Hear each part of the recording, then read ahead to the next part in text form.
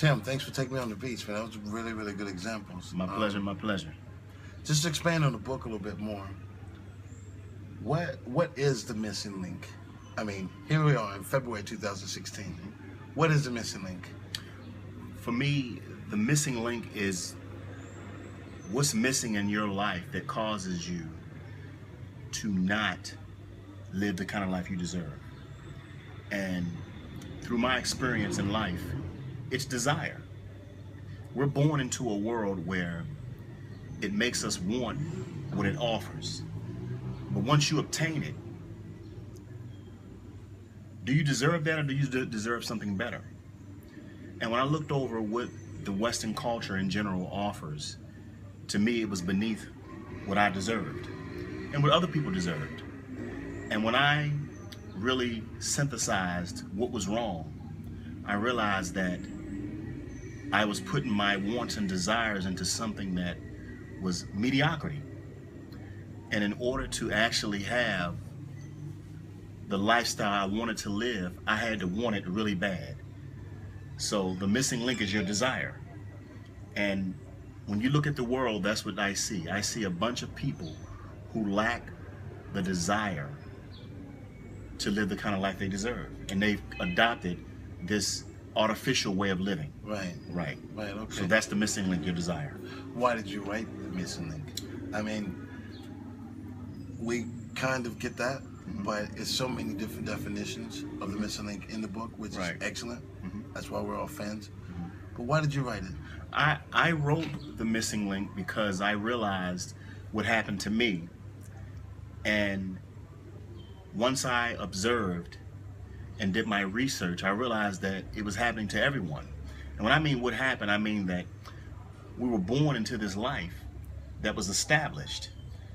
And what it gave us, once again, was something that was beneath us. It was mediocrity. I think that, you know, humans are amazing and we're born champions, but we have to own it. And life as we know it has us to rely on what it offers us. So the missing link and why I wrote it was that I wanted to help and assist and serve people with the correct knowledge and skills so that they too could live any life that they wanted to or that they chose to, and not just accept the one that was given to them. Right. Right. So obviously you wrote the book because you see a problem with society. Yes. What do you think, I mean, really, what do you think was wrong with society today? 2016, February 2016. Right. You have a good life, right? Right. You've worked hard for it. Right. You've overcome adversity. You don't know the difference in turning adversity into triumph. Right. But what does Tim Rice feel is wrong with society today? I feel that society is established and that they really don't, in any facet of society and all systems, want to find solution. And what's wrong with it is that it's a competition and it's monetary based, meaning that we live in a world where society conditions people to believe that having a lot of money and things is what life is, when in reality I know for a fact that that doesn't give you any purpose and meaning in your life. You know, take me, I always tell my story how I obtained the American dream, but at some point I realized that I wasn't happy because my whole life was based upon obtaining something monetary, obtaining money, obtaining houses, obtaining cars, obtaining things to give me value. And that kind of life is really setting people up for failure because it doesn't make you happy. It doesn't give you true success, no purpose and meaning. So that answers both questions. Right. Exactly why you wrote it again. Right. You know, right? Yeah. So what is your meaning of success? My true meaning of success, because you're quite happy. Right. For me, there's only one meaning for success, and any other meaning, if it's something outside of you, then it's dysfunctional and it's ego based. And for me, the meaning for success is to be your best person and to serve humanity with all your heart and soul. So whatever it is you love, become great, become your best, and then assist and serve and help other people with their challenges, for them to become their best as well. And I know that nothing else could really bring any good purpose or meaning to your life. You know, of course we have family. I'm saying outside of your family and your relationships, you personally, what you want to do. What is it that you plan on giving this world? You see, society sets us up to say, hey, you go to school, you get a job, and then you can earn these things, right? But you're not serving anybody. What are you doing for the world? You're here for a reason. And you think it's to go to school and buy a car or a house? That's success to you? If it is, I feel sorry for you. I really do. It's pathetic. Okay, you know? Well, yeah. How do you base monetary values on those success? Finance. Yeah. I don't base any monetary value on my life. I understand that people have to find a way to live, but people generally are really good in general at getting a job, going to school, getting a job, and making a living, you know. But what kind of person are you? Are you a person that just wants to survive, or do you want to thrive? You know, and once again, is it money that defines who you are? Because if it is, I feel sorry for you. Mm-hmm. You know, and a lot of people, they are their money, and which is crazy. Right, it really is. But you know, the value that you bring this universe is truly what you're here for.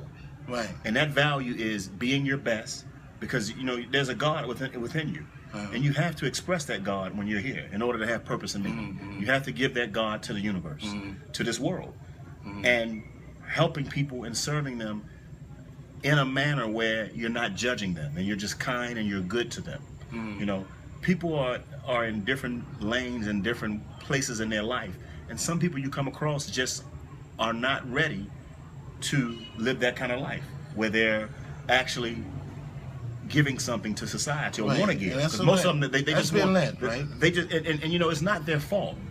It's the way they've been conditioned. Right. But at some point, they have to question, contest, and debate what's before them. Okay. Yeah. This leads to another question.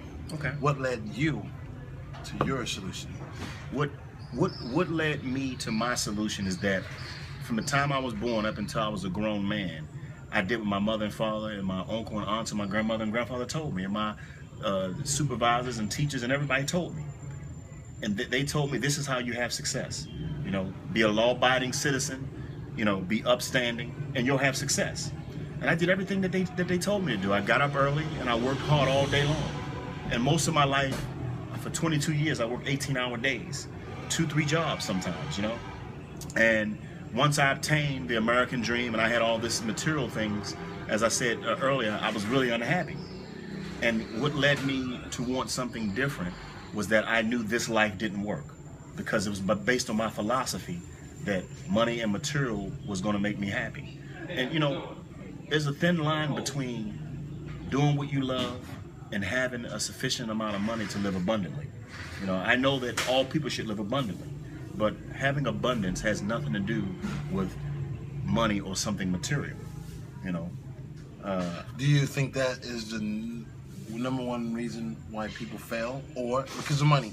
Or what do you think is the number one reason why people fail? I don't know if failure is the word I would use. I would just say results.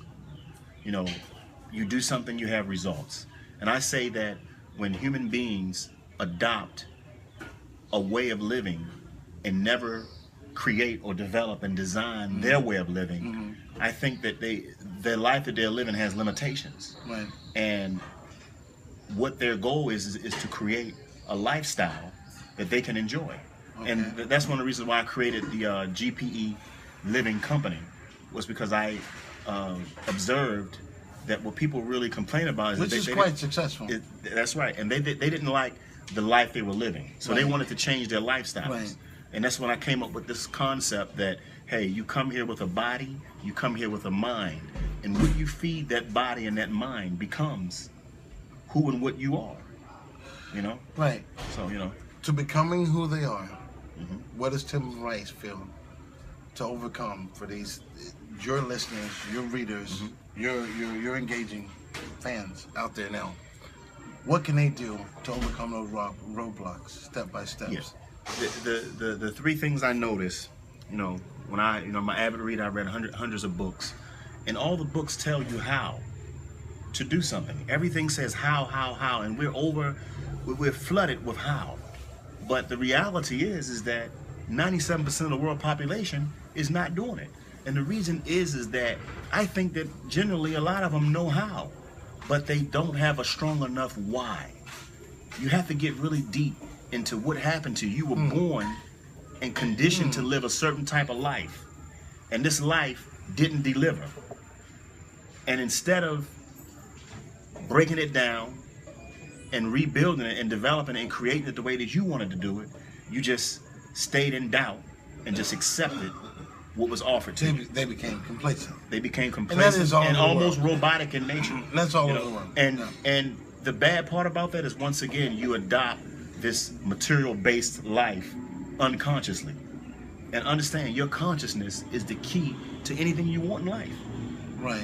It's and people think, oh, it's just meditation. No, it's at that moment, stating what you're going to do and then just doing it. Okay. Well, let me ask you something. Why should anyone else buy your book? Okay, when I wrote The Missing Link, it was for human beings. I know that every single human being had some type of adversity they've been through in their life. They have a story. And that story is the gem, is the reason why you want something better. Okay. It is within your story, it is within what happened to you, okay, that you use as fuel to promote you into your success. And so this book is a book that tells you, hey, I know you want something better. Look back into your life and try to find out why. But I need you to understand that this world directs you and pushes you into a direction that is setting you up for mediocrity or less. And it's just competition. So you don't have to be in competition with anyone but yourself, the person you see in the mirror. That's your competition. And so the missing link tells you, it shows you a creative way of how to develop your desire. Right. And set it on fire. And that's what it is. The missing link is nothing more than a book that shows you how to daily use your mind to get what you want in life. Okay. That's what my 10 steps are. My 10 steps are to put your desire on fire. Okay. Well, in the year 2016, we live in a new age media world. Right. We have like, share, and comment.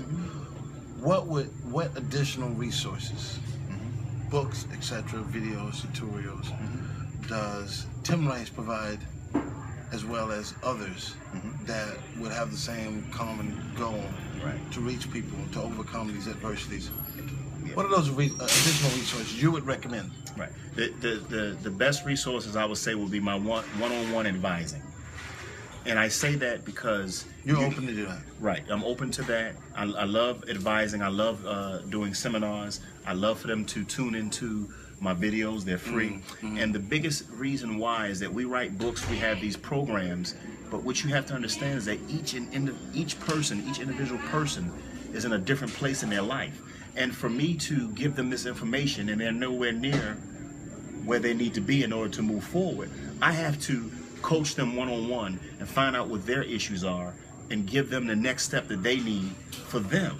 You see, we're teachers and there shouldn't be any failing students in class.